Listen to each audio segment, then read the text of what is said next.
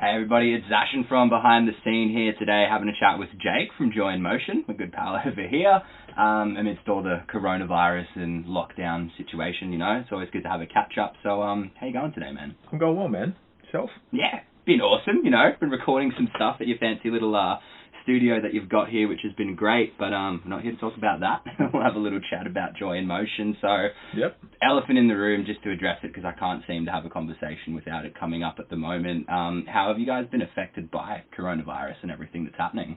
The biggest one, we released a new single, a single in February.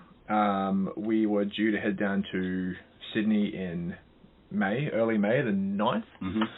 That got canned. We were organising a show in Melbourne as well. We just started looking around, so we're going to do one in Melbourne late May, and we had one in Brisbane as well. Really like a little East Coast run that we had. The Brisbane one was booked, it just wasn't announced yet. So that was canned. Yeah.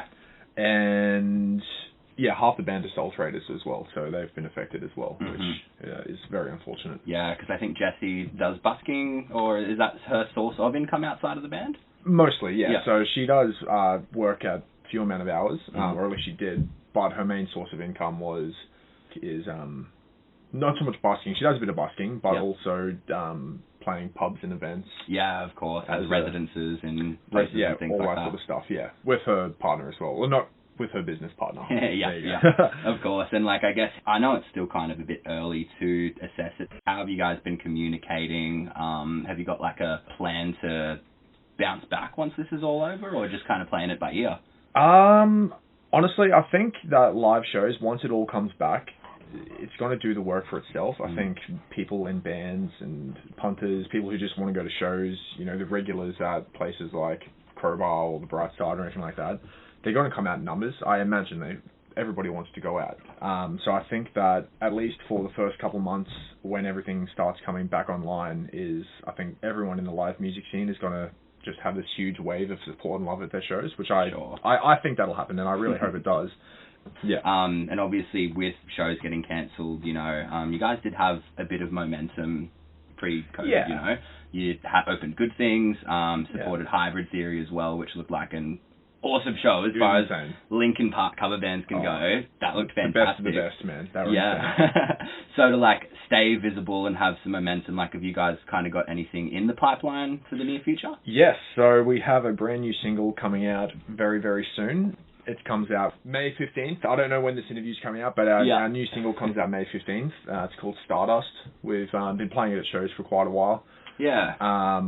And it's a really fun one. It's a bit more of not as aggressive as the last one, Casual Enemy. This one's a bit more of a rock ballad. But yeah, we recorded at the same place. We did it Casual Enemy with a guy called Stewart. Absolute legend of a pop producer, super knowledgeable dude.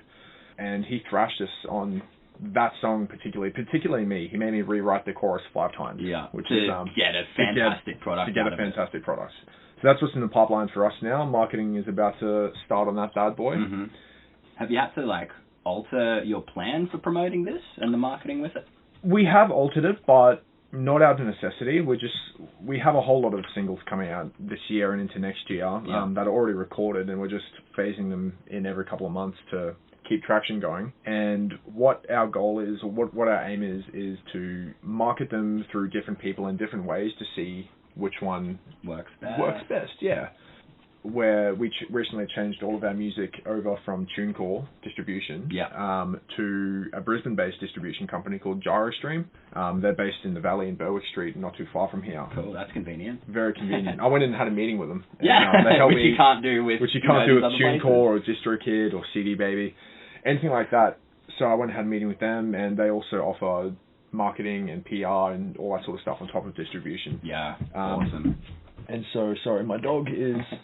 We do have another guest. There's my dog's here. He likes to see spots and chase them. So we're doing a whole couple of marketing PR campaigns through them, and a buddy of mine from high school was actually heading the campaign. He works no way. So yeah, that's what we're going to do this time around and see how that works out for us. Yeah, awesome. Because like I think I've heard you say previous interview you'd done with Insert Review here that like you'd want to release singles kind of spaced out and then kind of condense that all into an EP. Is that correct? So reason behind that is come in at least more in the commercial or pop side of music nowadays. Singles are being released because it keeps the content rolling, and people, artists want to promote, each single as its own release sort of thing. So, the people, the listeners, the content consumers always want content now. But if you release an EP, and then that's 5 songs done, gone, and then in 2 months' time, there's nothing new sort of thing. Yeah. So the whole process sort of starts again with writing and recording, and it can be 2 years plus between releases, which really, when you think about it, shoots people in the foot, especially in the age of streaming, because, you release a song on the same day as 40,000 other people. You releasing for New Music Fridays or something like that, and then without proper PR and marketing behind each song, it's going to get lost in the noise. Yeah. So rather than, drop 5 tracks in one day and say, hey, here's an EP sort of thing, you can market, one of those songs is a single, but the other 4 get pushed to the wayside. And from a marketing point of view, that's 4 songs almost wasted. Yeah. The Chainsmokers in 2018 with their album Sick Boy, I think it's Sick Boy, they released a new single every month for all of 2018. And in December, they went, boop, compiled them all with a couple bonus versions and stuff, and then released it, hey, this is our album. And so what they did for all of 2018 was effectively stay in playlists. Every time they released a new song, into the playlists.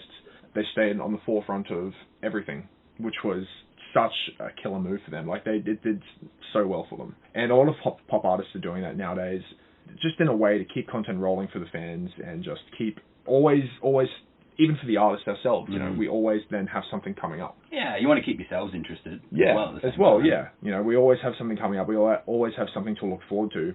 And rather than dropping 5, 6 songs as an EP and then having to start the process again, we can continue the process of writing, recording while we have these other songs coming out. So it's just creates there's always something going. There's songs coming, but we're also recording more. So then by the time that the songs that we have coming are out, we already have more ready. You've got other in back pocket. No, it's good that, you have put that much thought into marketing and how music consumption has evolved for 100%. fans of it. So it's really good that you guys are trying to adapt and go in tune to it. And in saying that, we will, when these songs that we have coming out are all out, the ones that we are already finished, we're going to compile them into an EP. Yeah. And then I'm going to do a couple of acoustic versions of them too. Yeah. So rather than just drop the same 5 songs again and say, hey, this is an EP, we'll put on some bonus tracks, maybe some demo versions, or I'll at least record 1 or 2 acoustic versions too. So there's at least something fresh for people to revisit and go, oh, hey, I like this song that came out 6 months ago. Here's another version of it. Of course. And I've always thought too, for, the kind of musician that you are, especially, and the way that Join Motion songs are written, they'd be awesome for some acoustic things. And thanks, man. As you said, to freshen it up a little bit, keep the fans interested. And with it, you've had Join Motion in the pocket for years. You've been wanting to do this for a really, really long time. What's the journey been like for you, I guess, from where it started to where you are now, and with this always changing music industry? How has it been for you? Well, it's an always changing music industry, but it's an always changing band as well, as you would have seen. It has been. Full disclosure, Zachen and I have been friends for many years. Yes. And he was around in the secret Facebook groups when I was discussing the prospect of doing Join Motion, being in previous bands and that sort of stuff, and I've always had fun, but poppy music, the main goal was, it is so different. But I've always wanted to just write more fun music, and I figured, writing more fun music, I'd want my friends on board, which I do have my friends on board for sure now, but I would also always look towards just getting my homies on board. And as much as that is fun for a little while, having your friends in a band is all good and well until you realize that they're not so much invested in the project as you are. So, we had, the journey started rough because people not on the same page. Yeah, people just not on the same page in regards to the band or the music, and so, people would leave, and that's fair enough if their heart's not in it. I also just wanted to have a bit of fun, but then, we've had people from the first lineup leave and second lineup leave as well. Having to find replacements that are not only friends but are also competent, that are also willing to wanting to be there, and as well as skilled musicians, and thankfully I hit the jackpot with the people that we've been able to put together, because Carly, Jess and Josh are excellent people. You got a really good group now. Like, it does seem, that kind of shows live. You guys do have you're all together, you're in sync, you got that chemistry, so it is really good that you've got a solid lineup, I guess, at the moment. They're all excellent people, and I'm really glad to have found them. I mean, Jess started off when she joined us was just a fill-in. She played in a band with Carly years ago. Yeah, right. They've been childhood best friends since they were toddlers, and they grew up in the same schools, best friends since they were kids, and played in a band together. And then our guitarist left. We needed a fill-in, and then she was really good. She has really good ideas. Yeah. Really smart girl, really switched on, and we just gel well, so it made sense to ask her to be a part of it. Awesome. Yeah. Is there anything you might have done differently on the journey from then to now, I guess? Knowing what you've gone through, or does that experience add to the story? I think it adds to it. I mean, maybe I would have done things different. I mean, in hindsight, I would have gone to those people first, maybe, but it's sort of built resilience. Yeah. Carly's been there since almost the start with me, and she's gone through most of it with me. Like, she was the original drummer. There was an entire different lineup before that as well. But, I probably wouldn't change it, because, we've all become closer for it. I trust Carly immensely. No, it's awesome. It's awesome. Like we said before, you guys do gel really well together, so it's great you've got that.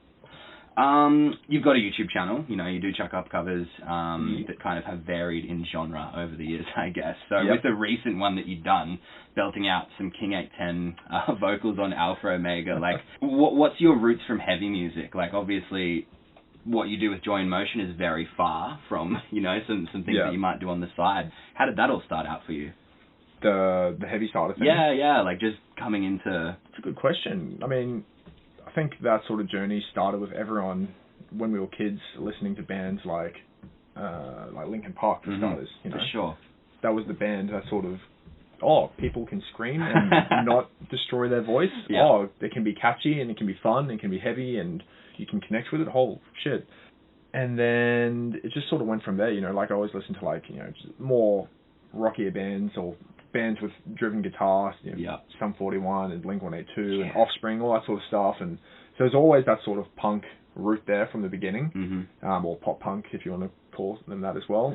And then Linkin Park. And then, funnily enough, when I was in grade 8 or 9, there was a British kid in my school, and he introduced me to this new British band called Bring Me the Horizon. And he started playing something from Count Your Blessings. Yeah. And it scared the shit out of me. I was the same. I was terrified. I'm like, okay, this is different. This is new. When I first listened to Pray for Play, because I thought, like, what the hell is this? Like, and for so many years I didn't like Bring Me Horizon, or just heavy music in general. And then, like, the same friend showed me Killswitch Engage. Yeah. And back then, he showed me, like, the heavy part of My Last Serenade. And so I was like, oh, this is so scary. And then out of nowhere, I don't know how I came across it, but I came across their cover of Holy Diver many, many years later. Oh, they sing as well? Yeah. So I was like, okay, I'll listen to this. And then I went and listened to the record that was on, I think, As Daylight Died. That became one of my favourite heavy records, and Killswitch Engage became one of my favourite heavy bands from then, because I learned to... I wasn't a fan of the screaming at first, but I just grew to like it. And, I always used to play drums. Like, I've been playing drums since I was a little kid. And I just started, trying to drum along to it, with a double kick. That was my intro to double kick. And for Christmas, I was like, Mom, I need another bass drum. And I was like... Why, Jake? Why? Yeah, why? You don't get it. You don't have enough room as it is for a drum kit. Yeah. Sort of thing. But we fitted in my tiny, tiny bedroom with 2 bass drums. Yeah. Not a double kick pedal. A 2 bass drums, 2 kick pedals. Yeah, the whole thing's super metal. And so that's just how my journey started there on the heavy music. And then... Obviously, like, now your music's such a far cry to... I guess what you would have been making in a previous band that you were in back then, but like, do you still feel as though there's any influences from heavier bands in the music you're making now? Not in what we have coming out. The guy, like I said, we worked with, Stewart, he's a pop producer, so he worked with the Veronicas and Shepherd and some really big Australian artists in the pop and commercial genre. And I think he even worked on some of Dean Lewis's early stuff, with some of his demos, and he's been number 1, or was number 1 for ages with his new record. he really drove, you know, the catchier side of things. And, Yeah. you know, the stuff has minimal guitars. Minimal real instruments, actually. Yep. The stuff that I've been writing, like, I want to find the balance between our old stuff that's a pop punk EP Yep. to this new stuff with Stewart, because with all the new stuff we have coming out, it works well. Like, you can still easily add a full band under it, which is what we do. But I want to bring it, rein it. I'm thinking, I don't know yet. I'm writing at the moment, and I will maybe rein it back a little bit and have all the elements and all the stuff that I learned from Stewart, but try to bring a band into it. You know, an artist I've been gaining a bit of inspiration from lately has been someone like Oliver Tree. Mm-hmm. If you checked him out, he's got some really cool stuff. And that he's in that realm where he's very pop and commercial and very like that, but he still has all real instruments. Yeah. So I think it's trying to take a bit from that as well. Yeah, take a bit of that, take a bit of this, take a bit of that, and so yeah, I want to sort of combine them. And do you feel as though working with someone as prestigious as Stewart, someone who's quite up the ladder there, and with you having your own recording studio, you know, and being able to work on recordings and music in your own time, do you feel as though that gives you a bit of an advantage interacting with him and I guess working on songs together with him as well? Well, I didn't have the studio when true. when I went and worked with him. Yeah. I was still working out of the spare bedroom in the house up there. So, but I mean, I did still learn a lot. Yeah. Like you said with my YouTube channel before, where I have my own stuff, I also have some of my own music that I want to release, that I've recorded, that I'm going to release under my own name. That's probably not up Giant Motion's realm. Mm-hmm. So what I did when I wrote that is, I thought back to what I did with Stewart and how did he approach building songs and how did he approach formulating or putting together, you know, a verse and then building on that for the chorus and, you know, stripping back elements for the verse, and just the way the way his process works is how I've sort of put into how I've approached songwriting and production since working with him. Yeah, and like, I guess if you're working with someone of that caliber, can't fault his methods no. by any means. I mean, it's kind of proven that he knows what he's doing. So that's 100%. Really awesome that you guys have had that outlet, I guess, to learn from and to develop music from moving forward. And with future music, things that could be coming on, like, what's the purpose behind your music? And with Joy in Motion, like, what are you wanting to do with it, I guess? I mean, ideally, one day I'd love to be a full-time career out of Wouldn't music. we all? Wouldn't we all, yeah. I think if you have your eyes set on that horizon 100%, like, you're going to miss everything else that happens in between. Like, if you're just tunnel vision on that, you can, always have your goal set to that, but I think with the COVID stuff, that's put a dampener on not only for us, but for everyone. So I think it's, you know, take it each day as it comes, always be looking, always have that there. Yeah. That is, like, there's a positive message behind your music, obviously. Yeah, it's always there's a positive message. Previous songs we've tackled issues of mental health, and with the new one coming up, that's kind of on the same realm. Yeah. And I'm sure the fans as well appreciate that, because myself as a music consumer, I want to listen to music that might be relatable for me, or stuff that I can learn from, substance to the music. You know, I've seen as well you have a good connection with your fans from post-show photos and everything like that, so I'm sure with all of that moving forward, it should go pretty sweet. But I would say that mostly covers everything that I wanted to go over, man. So thank you so much for your time today. Worries. Thank you. And we will get this out to you all soon. Thank you. Enjoy.